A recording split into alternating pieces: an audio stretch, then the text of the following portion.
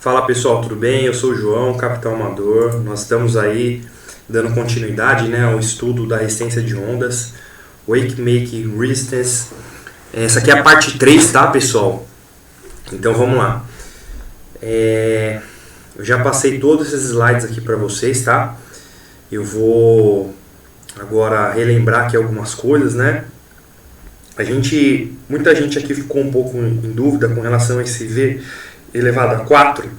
Esse V elevado a 4 aqui, pessoal, ele está relacionado ao coeficiente da resistência das ondas, tá? O CW, beleza?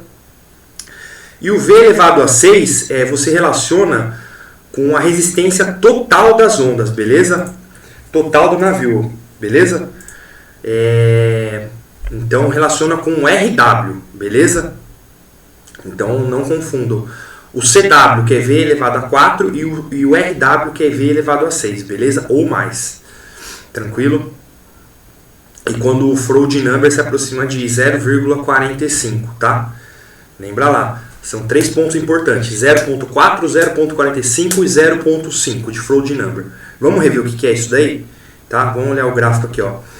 0,4, tá? É quando a onda divergente ela começa a ganhar força, beleza? No 0,45 aqui, ó, 0,45 é onde a onda transversal ela tem o maior pico dela, tá? A maior crista dela aqui, é o ponto máximo, 0,45. A partir daí ela já vai decrescendo, a influência dela sobre o CW total aí, beleza? Sobre o CW. Aí em 0,5 a onda divergente ela ultrapassa a onda transversal, beleza? Tá? Em 0,5, tá? Tranquilo? Aí ele fez essa mistureba toda aqui com a equação Bombril e a equação de Deus. Aí ele chegou nesse resultado aqui, que é o V elevado a 4, tá? Que relaciona com o CW, e V elevado a 6, que relaciona com o RW aí, beleza? Gravou isso daí? Vamos lá, vamos avançar. Aí aqui, pessoal, eu falei na última aula, né? Sobre as 5 partes aí, né? 5 termos de ondas que ele estudou, tá? Que é a onda simétrica, que não absorve energia, que ela desaparece rapidamente avante e arré do navio. Aí na parte da proa, ela é bem marcada, tá? Ela é a crista. Na proa acontece, nas partes mais importantes, é a proa e o forward shower, lembra? Aí na proa acontece a crista e também o cavado, que é no forward shower, beleza? Aí nas partes laterais, que acontece são os cavados, e na parte da polpa, que também acontece a crista, beleza? São pontos bem marcados aí, proa e polpa. Aí, esse forward shower é a bochecha, tá? Eu coloquei aqui em verde.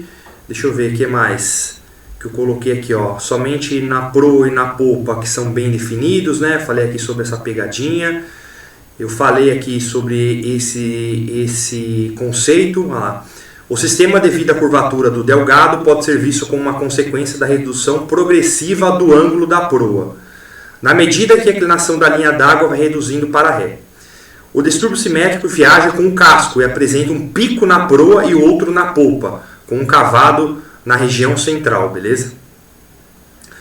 Aí aqui, pessoal, foi da onde que ele retirou aqui o comprimento das ondas, tá?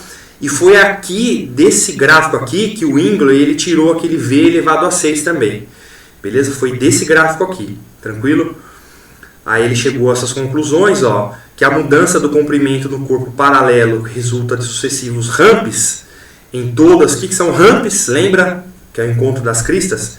Em todas as curvas de resistência. Ou seja, para todas as velocidades é praticamente igual ao comprimento da onda teórico para as velocidades em questão. Ou seja, o comprimento de onda, você utiliza a fórmula de Deus aqui, tá? Para todo o comprimento de onda, você utiliza a fórmula de Deus aí.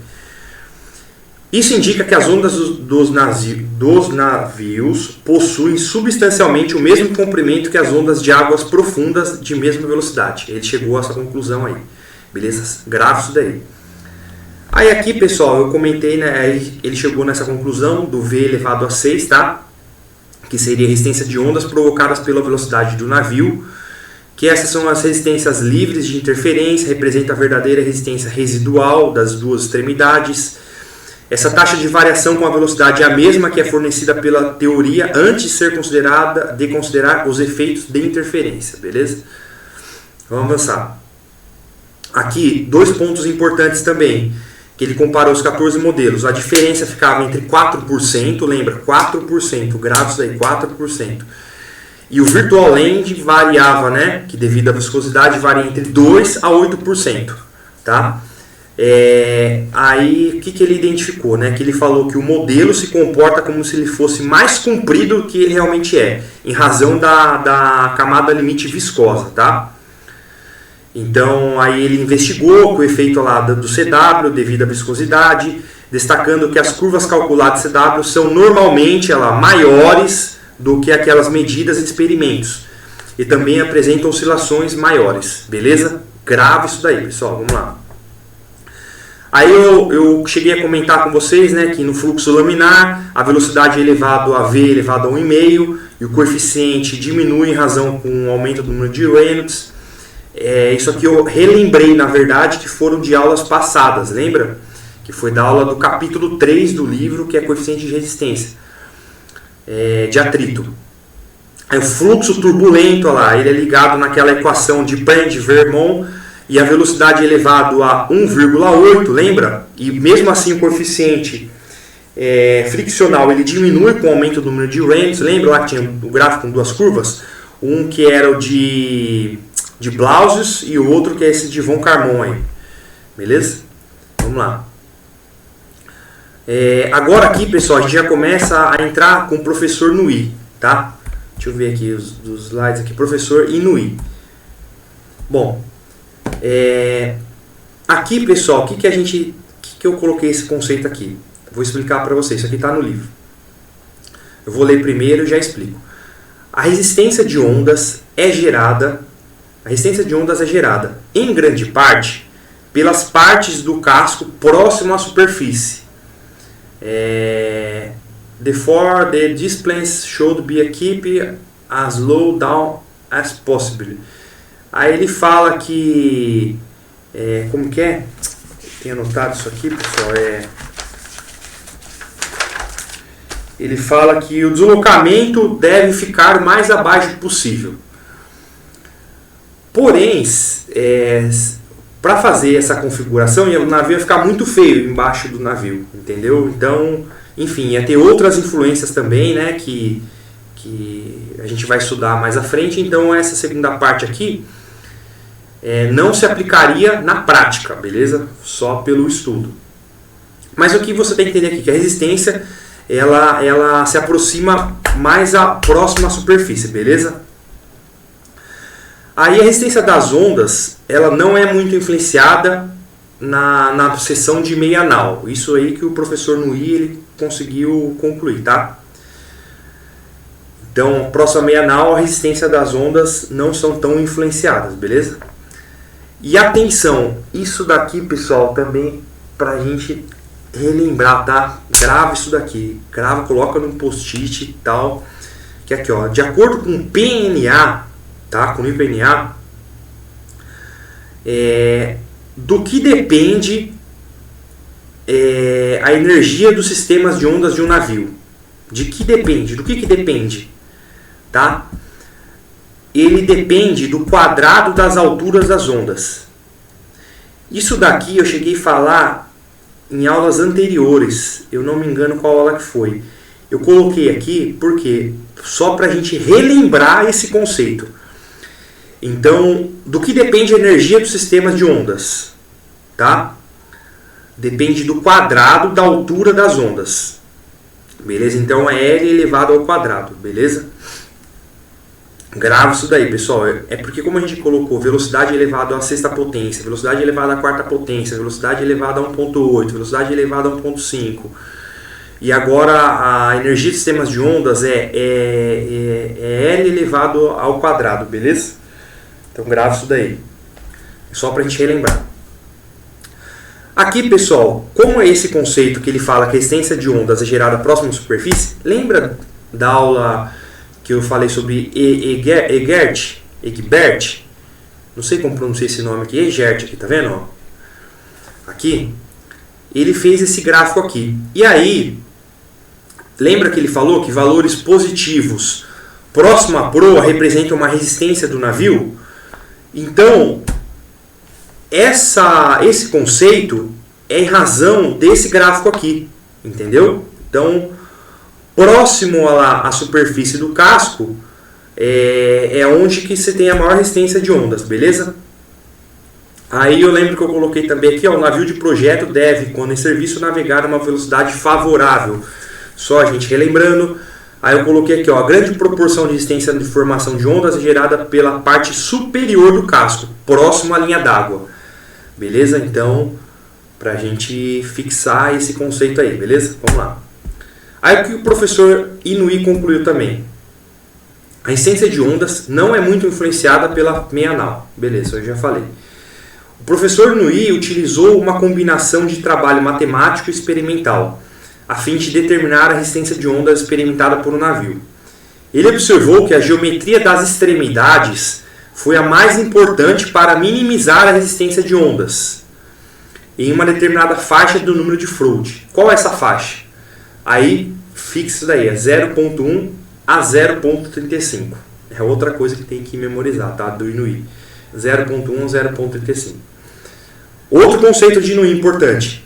Ainda conforme o trabalho do professor Inouye, a faixa de Froude number 0.1 a 0.35, a geometria das extremidades pode ser representada de forma bastante precisa por uma distribuição de fontes e sumidouros, distribuídos no plano da linha de centro.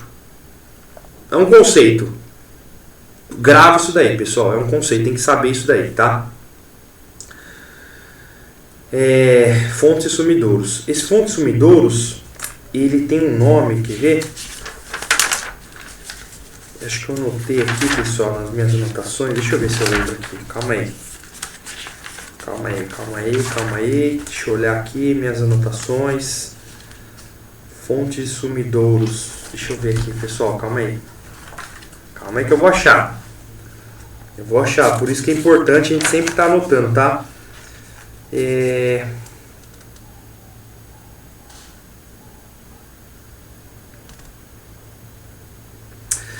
Fontes e sumidouros. Surges and sinks, tá? Isso são singularities, beleza? Então grave esse nome aí. Surges and sinks, e são singularities, beleza? Então pode vir com esse nome aí também, tá? Em vez de vir fontes e sumidouros. Plano da linha de centro. 0.1, 0.35, grave isso daí. Vamos lá, marcha. Aí vem esse cara aqui, o Taylor. Aí o Taylor ele utilizou o mesmo modelo do formato de cunha dupla inventado por Ringley, mas passou a variar o comprimento do corpo paralelo. Quando o comprimento do corpo paralelo varia, muda-se o ponto onde surge em cada sistema de ondas, e com isso geram-se interações mais ou menos favoráveis. Com essa técnica ele conseguiu calcular a RR das duas extremidades, sem efeito de interação, observando a resistência natural para essa embarcação. O Taylor coloca aí também, para complementar, que ele foi responsável pela resistência residual, tá? E as ondas geradas pela proa não estão afetando as ondas da polpa, em razão do comprimento. Então as ondas que são geradas pela proa não afetam a polpa, em razão do comprimento. E a velocidade natural é de 3 nós, então complementa aí essa parte do Taylor, tá? Vamos lá. Esse Havelock. A influência, o que o Havelock falou? A influência direta da viscosidade dos movimentos da onda é relativamente pequena. Então, ele falou que a viscosidade, a influência dela é pequena. O efeito indireto pode ser compensado por meio de um ajuste de forma efetiva do navio. Assume-se que o afterbody foi virtualmente esticado e que, portanto, as linhas de polpa tiveram sua inclinação reduzida, reduzindo a produção de ondas do afterbody. Beleza? Então essa foi a conclusão do Havelock. Aí aqui, pessoal, vamos fazer algumas questões aí. Vamos lá, para a gente treinar e fixar o conceito. Tá? Eu já coloquei com a resposta aqui já para para a gente já matar a questão e já fixar, tá? Ganhar tempo. Então vamos lá. Para se extrapolar os valores de resistência medidos com modelos para navios, 2 métodos foram desenvolvidos. O método de Froude, lembra que eu falei? Que considera a resistência total composta como resistência friccional e residual. Até aí ok. Já o método de Rangles considera a resistência total como sendo composta por viscosa e resistência de ondas. Olha só as alternativas, como ele tenta confundir uma com a outra, beleza? Então por isso tem que estar bem memorizada lá. Froude, friccional mais... O que é? Friccional mais residual. Hughes, viscosa mais ondas. Beleza? Vamos lá. Aí, segundo Kelvin, questão 2. Segundo Kelvin, o ponto de pressão que viaja em linha reta irradia um padrão de ondas contido dentro de 2 linhas retas que fazem um ângulo para cada lado da linha em movimento de, lembra lá, 19 graus e 28 minutos. Questão 3. Com relação ao padrão de ondas formado por um navio, identifica a alternativa que preenche corretamente as lacunas. As alturas, os chamados cuspes, lembra dos cuspes? Eles decrescem menos rapidamente com a distância do navio. De forma que, bem a ré, as ondas divergentes, se tornam mais proeminentes. Tá? Então, alternativa A, decrescem menos e divergente, beleza? Vamos avançar. Questão 4. Coloquei em inglês, tá? Que pode aparecer em português. Vamos lá aqui em português. Em relação ao padrão das ondas de Kelvin, identifica a alternativa que corretamente preenche a lacuna. Vamos lá. Próximo à proa do navio, as ondas mais notáveis são uma série de... Lembra que eu falei? Próximo à proa, qual que são? Ondas divergentes. A D de diferente. Então, próximo à proa, lembra lá? É a divergente, aquela que sai, né, na transversal ali. Na transversal não, na lateral do navio ali, beleza? Tá? De boreste e de bombordo. Vamos lá. Começando com uma grande onda na proa, seguida por outras dispostas de cada lado ao longo da linha diagonal. Ok. De forma que cada onda fique recuada atrás da anterior, em formação escalonada. E é de comprimento bastante, lembra lá? Curto ao longo da sua linha de crista. Beleza? Então, comprimento curto. Vamos avançar. Questão 4. A melhor posição para observar as ondas do sistema transversal de um navio que tem um comprimento de corpo paralelo expressivo é... Lembra lá quem falou isso aí? Foi Inouye. Então, a melhor posição para se observar o sistema transversal é a meia nau. Beleza? Tá? Vamos lá. Para observar as ondas do sistema transversal. Lembra isso aí. É a meia nau. Com relação às ondas criadas por um navio, identifique as corretas e as falsas. Vamos lá. Afirmativa 1. As ondas dos sistemas transversais sempre irão viajar na mesma direção e na mesma velocidade de navio? Isso aqui a gente já está cansado de falar, verdadeiro. 2. O comprimento de uma onda gerada por um navio será o comprimento apropriado às ondas livres que viajam na superfície daquela profundidade? Vamos lá. O comprimento de uma onda gerada por um navio será o comprimento apropriado às ondas livres que viajam à superfície daquela profundidade? Não. O comprimento da onda, pessoal, ele é em razão da velocidade do navio. Então você calcula lá a velocidade do navio, lembra? Aquela fórmula Bombril e a fórmula de Deus. E aí sim você vai ter o comprimento da onda, tá? Então tá falsa essa afirmativa 2. Segunda questão. Com relação às ondas do sistema divergente de um navio, identifique as alternativas que preenchem corretamente as lacunas. Vamos lá. Divergente. Lembra lá. Divergente, diferente.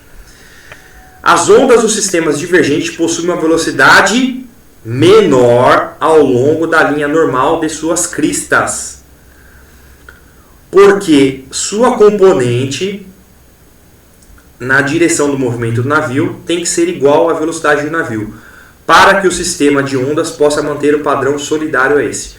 Percebam que ele vai tentar aqui fazer a confusão, olha lá, maior, menor. Ele vai falar da linha normal, paralela, tangente, lembra? Então é da linha normal da crista, beleza? Vamos avançar aí. Vamos lá.